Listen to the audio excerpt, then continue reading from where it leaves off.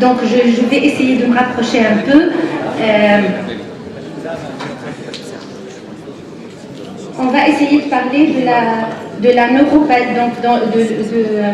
la douleur neuropathique. En fait, la douleur neuropathique, elle est très fréquente. Elle se définit par, c'est une douleur causée par une lésion ou une pathologie du système nerveux somatosensoriel. Donc, elle est subdivisée en deux grands groupes, comme vous le savez. Donc, les douleurs neuropathiques périphériques, donc, qui concernent les nerfs, les racines, les ganglions sensitifs et le plexus. Donc, ce sont les douleurs neuropathiques périphériques.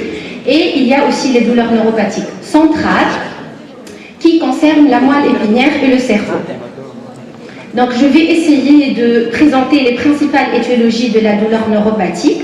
Donc, comme vous le savez, donc, la douleur neuropathique, elle est essentiellement périphérique, dans 90% des cas. Les étiologies les plus fréquentes, c'est les radiculopathies, donc c'est très fréquent. Puis, on a les douleurs neuropathiques post-opératoires, les douleurs neuropathiques traumatiques. Et donc, chose que je maîtrise très bien, c'est la douleur neuropathique diabétique, puisque je suis endocrinologue. Les autres causes de douleurs neuropathiques sont rares, mais on peut les rencontrer. Les douleurs neuropathiques centrales concernent surtout les traumatismes médulaires, les accidents vasculaires cérébraux et la sclérose en plaques. Donc, on va essayer de parler surtout des douleurs neuropathiques périphériques. Alors, le diagnostic. La douleur neuropathique, son diagnostic est essentiellement clinique. Donc, on n'a pas besoin d'examen complémentaire pour mettre une évidence, une douleur neuropathique. Le diagnostic, il est basé sur l'interrogatoire et l'examen clinique. Donc, vous me dites l'EMG. Donc, on demande beaucoup d'EMG. L'EMG n'a pas de place. La douleur neuropathique, son diagnostic est purement clinique. Donc, pourquoi diagnostiquer cette douleur? Donc, en fait, l'étiologie n'est pas la chose importante. La chose la plus importante, c'est de diagnostiquer cette douleur et on doit absolument la traiter. Donc, on doit commencer par un interrogatoire et un examen clinique donc approfondi. On doit rechercher s'il y a une chirurgie récente, s'il y a une plaie récente, si on a une ponction après anesthésie loco-régionale, si on a une consommation de substances neurotoxiques, si on a une infection virale en cours, donc essentiellement le zona et rarement le VIH. Donc, l'interrogatoire et l'examen clinique doivent absolument pouvoir décrire cette douleur, chercher les sensations positives non douloureuses associées, chercher les signes neurologiques négatifs et chercher s'il y a une éventuelle aire douloureuse. Donc, pour la description douloureuse, donc la neuropathie, que ce soit neuropathie diabétique ou autre, va chercher des douleurs spontanées continues. Donc, c'est les caractéristiques d'une douleur neuropathique. Donc, une douleur spontanée continue, à type de brûlure, de froid douloureux, des douleurs paroxystiques associées aux douleurs spontanées ou seules, donc à type de décharge électrique par exemple. On doit chercher donc une éventuelle allodynie associée, donc une douleur provoquée, par exemple une douleur provoquée au frottement. On doit chercher des sensations positives non douloureuses à type d'engourdissement, de picotement, de fourmillement, donc chose qui généralement donc va déranger le patient, en particulier le patient diabétique par exemple. On doit par l'examen neurologique chercher par exemple un déficit sensitif, un déficit moteur, des anomalies des réflexes. Donc ça, c'est l'examen clinique. Donc en plus des plaintes du patient, on va chercher le déficit sensitif ou le déficit moteur. Puis, donc la douleur neuropathique, elle est caractérisée par donc son siège. Donc son siège, il est généralement dans un territoire déficitaire systématisé. Alors, le diagnostic, comme on l'a dit, il est purement clinique.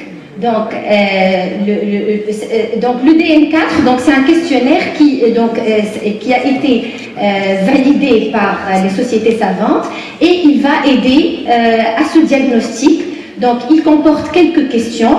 Il est donc sur 10 et un questionnaire supérieur, donc avec un score supérieur ou égal à 4, il va dire qu'on est devant une douleur neuropathique. Donc, ce test, il est validé, il a une sensibilité et une spécificité excellentes. Donc, ce test, il va se baser sur un examen clinique et un interrogatoire. Et après le test, on dit que le patient, il a une douleur neuropathique. Bon, l'étiologie, donc, c'est les explorations. Mais au moins, on dit que notre patient, il a une douleur neuropathique.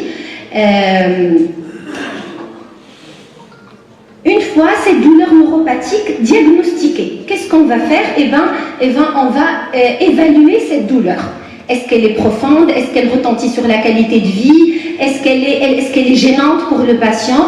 Donc, comment l'évaluer? Donc, il faut mesurer la sévérité de cette douleur, son retentissement, suivre après la mise sous traitement l'évolution de cette douleur neuropathique et après la mise sous traitement, évaluer le traitement, donc évaluer l'amélioration au long cours de la douleur neuropathique. Alors, on dispose de quelques échelles. Il y a des échelles simples et des échelles plus complexes. Donc, pour les échelles simples, on a l'échelle classique, donc soit analogique, soit... donc, il y a plusieurs types faciles, donc soit côté de 1 à 10, soit avec les mimiques, mais l'essentiel, donc avant de traiter le patient, avant la mise en place du traitement, il faut évaluer donc la gêne du patient par rapport à cette douleur neuropathique. Donc ça, c'est les échelles les plus simples. Il y a d'autres échelles qui ont été validées. Donc il y a le Brief Pain Inventory, donc qui est validé seulement pour la douleur neuropathique, diabétique et post-zostérienne. Donc c'est un test simple mais qui évalue le retentissement sur la qualité de vie de cette douleur neuropathique. Il y a un deuxième test qui est aussi validé, qui est le Neuropathic Pain Symptom Inventory, donc le NPSI, et donc vous pouvez le télécharger sur le site de la Société française d'études et du traitement de la douleur. Donc ce test, donc vous ne voyez rien en fait, mais en fait à chaque question posée pour le patient, il y a la même échelle côté de 1 à 10. Et donc, ça évalue chaque petit détail de la douleur neuropathique. Donc, il est important de faire un des tests avant et après traitement pour pouvoir évaluer la qualité du traitement, en fait. Donc, je ne peux pas ne pas parler de la neuropathie diabétique. Donc, la neuropathie diabétique, elle est très fréquente. Elle fait partie des douleurs neuropathiques. Elle est très fréquente en Tunisie. En fait, la faute, je ne dirais pas la faute, mais généralement, on ne parle de diagnostic positif d'une neuropathie diabétique qu'en faisant l'EMG. Et d'ailleurs, il y a beaucoup de médicaments vis-à-vis de l'ACNAM, ils ne nous donnent l'accord que si on fait un EMG. En fait, l'EMG, il n'a pas de place. La neuropathie diabétique, elle est diagnostiquée par un examen clinique seulement. Donc la douleur neuropathique diabétique, elle a quelques particularités. Donc, elle commence par l'atteinte des petites fibres. C'est une atteinte surtout donc, de la sensibilité au froid, à la piqûre, à la chaleur et à la douleur. L'EMG, il n'explore que les grosses fibres. Et donc, en fait, l'installation de la neuropathie diabétique, elle est beaucoup plus précoce. Et après, on a l'atteinte des grosses fibres et on a là une atteinte de la sensibilité tactile et proprioceptive. Et ce type de fibre, il est exploré par l'EMG. Donc, on peut pas, on parle très précocement de neuropathie diabétique avant même l'installation de l'atteinte des grosses fibres. Pourquoi l'atteinte des grosses fibres, elle est importante? Parce que si les grosses fibres ont été atteintes, eh ben, c'est l'installation du risque podologique et l'atteinte des pieds. Donc, je le redis encore une fois, l'EMG, il est inutile puisqu'il explore que les grosses fibres. Pour le diagnostic, donc l'intérêt du neurotest, en fait, c'est quoi le neurotest? c'est un petit stylo qui a d'un côté donc, un monofilament et de l'autre côté l'exploration de la sensibilité à la piqûre. Et donc, par ce petit test, on peut explorer à la fois les petites et les grosses fibres. Alors, donc, ce qui est important donc, dans l'histoire du diabétique, c'est son pied. Et donc, dès l'installation des grosses fibres, on a un risque podologique qui devient important. Alors, comment différencier la douleur neuropathique des autres types de douleurs? Donc, généralement, les douleurs sont intriquées. On a à la fois une douleur neuropathique, mais également une douleur de type inflammatoire. Alors, comme on l'a dit, la douleur neuropathique, son diagnostic, il est clinique, mais on peut très bien la différencier des autres types de douleurs. Donc, déjà, la chronologie. Les douleurs neuropathiques apparaissent parfois après un délai de mois ou 2 semaines par rapport à la cause. Post-traumatique, par exemple, ou post-opératoire, après l'installation du diabète. Par contre, la douleur nociceptive, elle est d'installation rapide.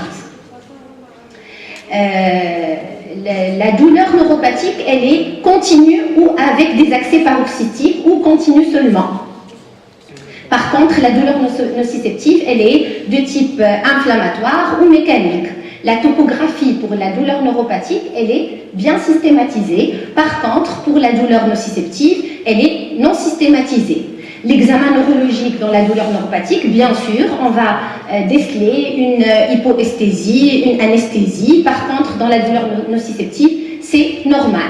Les traitements, donc les douleurs neuropathiques, ne vont pas répondre généralement aux antalgiques habituels. Donc, on ne parle pas de palier 1, palier 2, palier 3. Donc, ils répondent aux antidépresseurs, aux antiépileptiques. Les douleurs nociceptives répondent aux antalgiques. Alors, donc, on a déjà vu les douleurs neuropathiques, donc diabétiques, post-traumatiques, post-chirurgicales. Par contre, la douleur nociceptive, on la voit tous les jours. Les céphalées, la douleur rhumatologique. Un autre type de douleur assez important à connaître et qui est de plus en plus fréquent de nos jours, c'est une douleur qui est de chronologie aspécifique, de sémiologie aspécifique, avec un examen neurologique normal et qui est généralement pharmaco-résistante. Un petit exemple, c'est le syndrome du côlon irritable, les céphalées de tension, la fibromyalgie.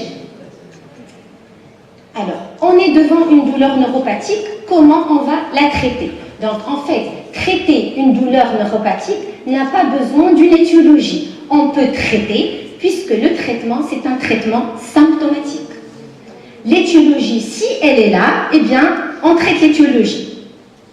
Mais il n'y a pas de traitement à proprement parler de la douleur neuropathique. C'est un traitement qui est symptomatique. Alors, le traitement curatif, il est rarement possible. Le traitement est symptomatique le plus souvent. Donc, l'usage des paliers 1 à 3 dans la douleur neuropathique est inutile. L'efficacité des traitements, donc tous les traitements de la douleur neuropathique, donc, ont une efficacité, je dirais, modérée. Il n'y a pas de traitement qui va faire disparaître complètement la douleur. Donc, il faut aviser dès le départ le patient que l'amélioration, elle va être de 30 à 50%. Donc, il faut toujours commencer par une monothérapie, puis si la monothérapie est inefficace, on passe à une bithérapie.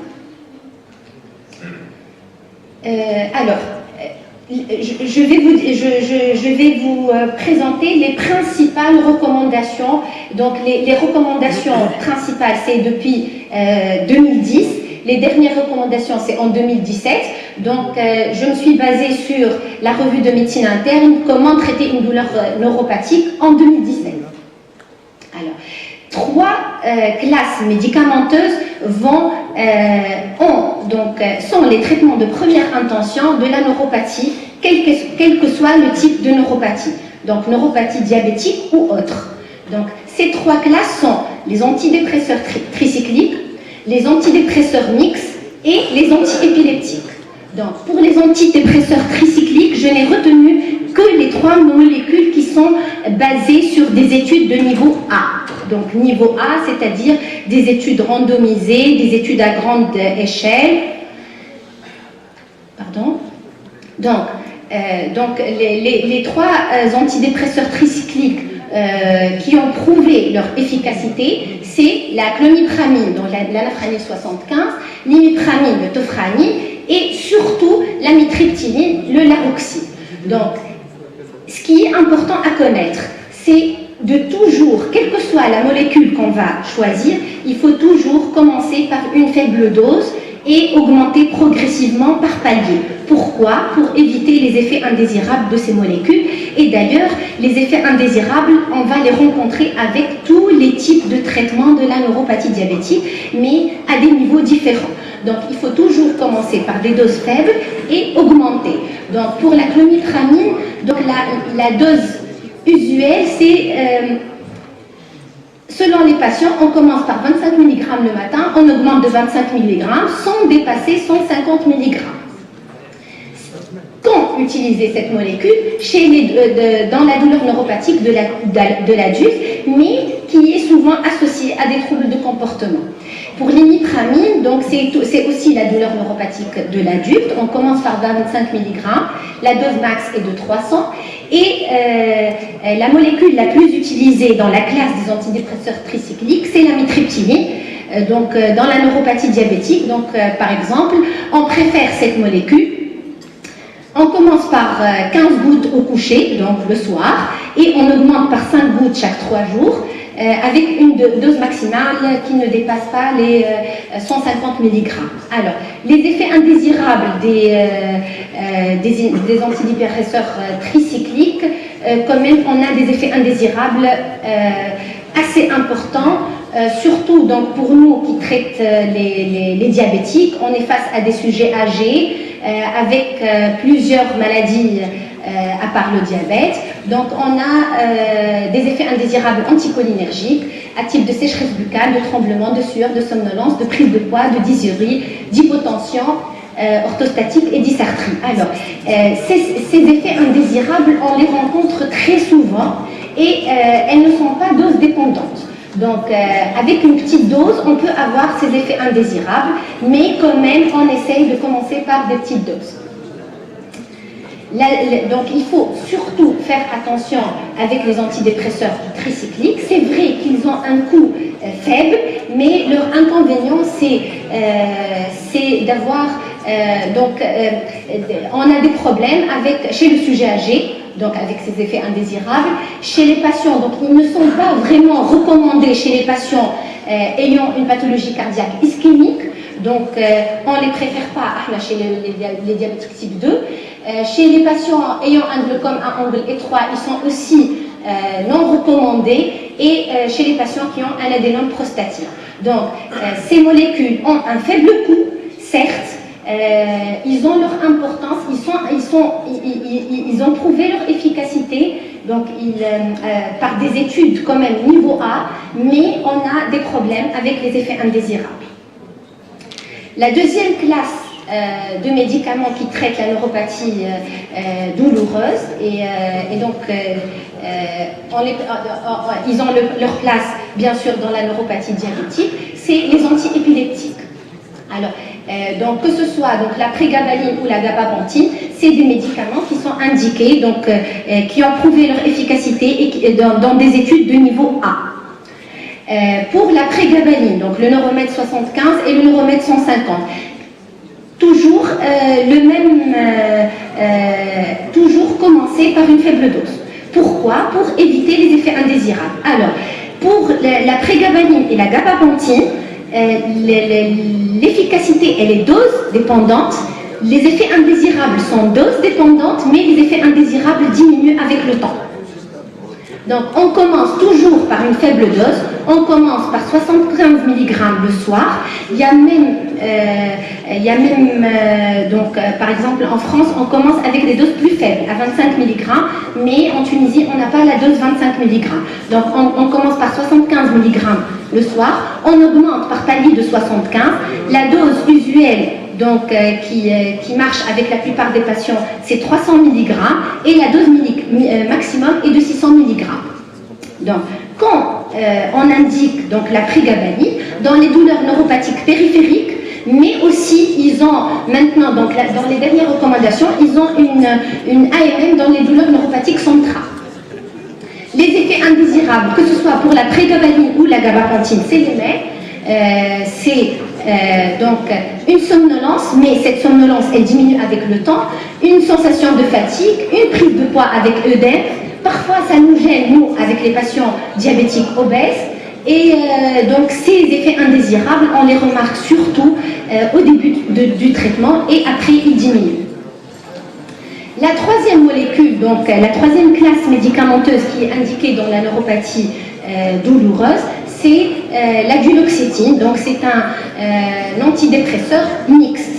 Donc on commence par une petite dose. Donc l'avantage de ces antidépresseurs, c'est des doses en fait qui sont faibles en une prise unique. Et elle est aussi indiquée dans les douleurs neuropathiques, particulièrement la douleur neuropathique diabétique, avec un trouble d'anxiété généralisé. Les effets indésirables sont aussi multiples, à type de troubles digestifs, de stress buccal, de somnolence, de sueur, d'HTA et de perturbation du bilan hépatique. Donc en fait, si on résume, les trois classes médicamenteuses, que ce soit les antidépresseurs tricycliques, les antidépresseurs mixtes ou les antiépileptiques, on a des effets indésirables.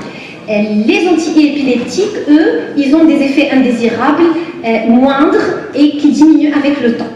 Mais il faut toujours se méfier des effets indésirables et avertir le patient que l'amélioration ne sera pas donc de 100%. Alors, j'ai choisi pour vous donc quelques petites études. Donc c'est vrai que pour les molécules, les différentes molécules qui traitent la douleur neuropathique, il n'y a pas d'études head-to-head. C'est surtout des études versus placebo. J'ai trouvé quelques études qui ont comparé les différentes molécules entre elles. Donc l'amitriptyline, par exemple, qui est fortement utilisée dans la neuropathie diabétique. Donc l'amitriptyline a été comparée à la prégabaline dans une étude toujours de niveau 1. Donc, qu'est-ce qu'on a trouvé comme résultat? Eh bien, l'efficacité, elle est à peu près la même chose. Donc, elles sont toutes les deux efficaces. On a beaucoup plus de somnolence avec la mitriptyline, qui a été évaluée à 43%, versus 20% avec la prégabaline. Les effets indésirables, d'une façon générale, étaient plus fréquents avec amitriptyline, 65%, versus 25% avec prégabaline. Donc reste l'avantage de la mitriptyline, c'est le coût. Mais par rapport aux effets indésirables, les antiépileptiques sont meilleurs. Une deuxième étude qui a comparé, donc qui est apparue en 2014, elle a comparé prégabaline, gabapentine et duloxétine. Donc cette étude, elle a conclu, donc comme je l'ai dit, l'efficacité, elle est à peu près la même, mais ça a été prouvé que c'était supérieur pour prégabaline et duloxétine par rapport à gabapentine. Alors, les traitements de première intention de niveau A, c'est antidépresseurs tricycliques, mixtes ou antiépileptiques. Alors, si ça ne marche pas, on a des traitements de deuxième intention, c'est le tramadol, mais le problème, c'est l'effet à long terme du tramadol. On ne peut pas l'utiliser à long terme, on l'utilise à court terme, et en troisième intention, on peut avoir recours au morphinique. Mais en fait, ces traitements, ce n'est pas des traitements au long cours, c'est des traitements pour des douleurs neuropathiques paroxystiques. Alors, pourquoi, en fin de compte, on va choisir la prégabaline? D'après les études, en fin de compte, c'est l'efficacité, mais toujours, c'est efficace.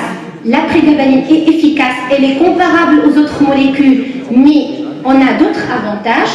C'est une assez bonne tolérance, surtout par rapport aux antidépresseurs tricycliques. Il n'y a pas d'interaction médicamenteuse, donc on a toujours, donc surtout Tawa, on a de plus en plus affaire à des sujets âgés, donc il n'y a pas d'interaction médicamenteuse majeure.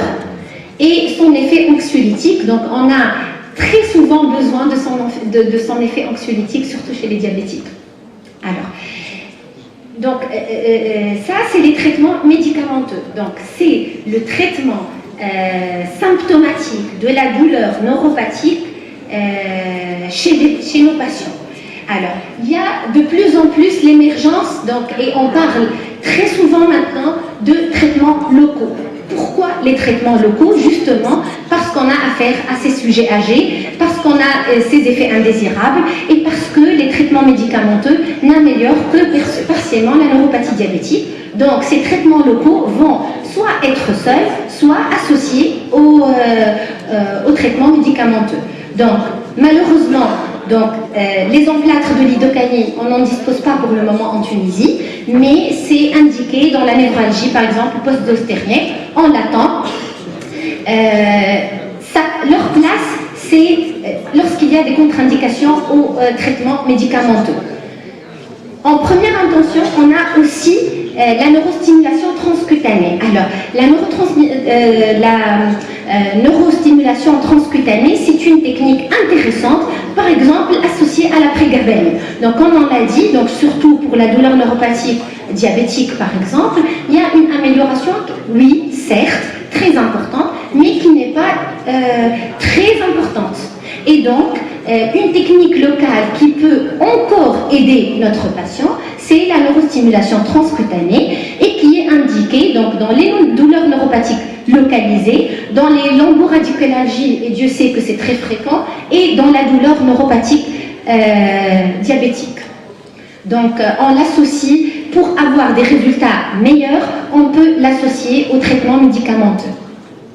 Donc, en fait, juste un petit mot. Donc, pour la neurostimulation transcutanée, en Tunisie, on ne prend pas en charge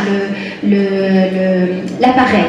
Mais par contre, en France, on le prend en charge. Ça y est.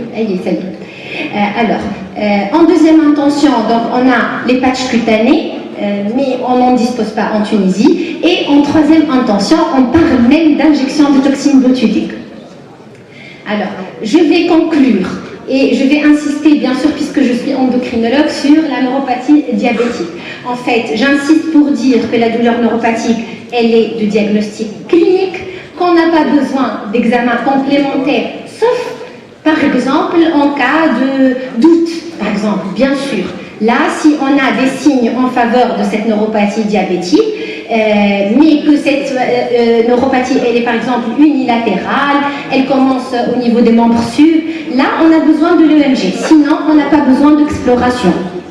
Le traitement, il est la plupart du temps symptomatique, ces molécules vont être utilisées au long cours, donc vaut mieux utiliser les médicaments qui donnent le moins d'effets indésirables, le moins d'interactions médicamenteuses, et pourquoi pas essayer d'associer les thérapies locales au traitement médicamenteux. Et je vous remercie pour votre attention.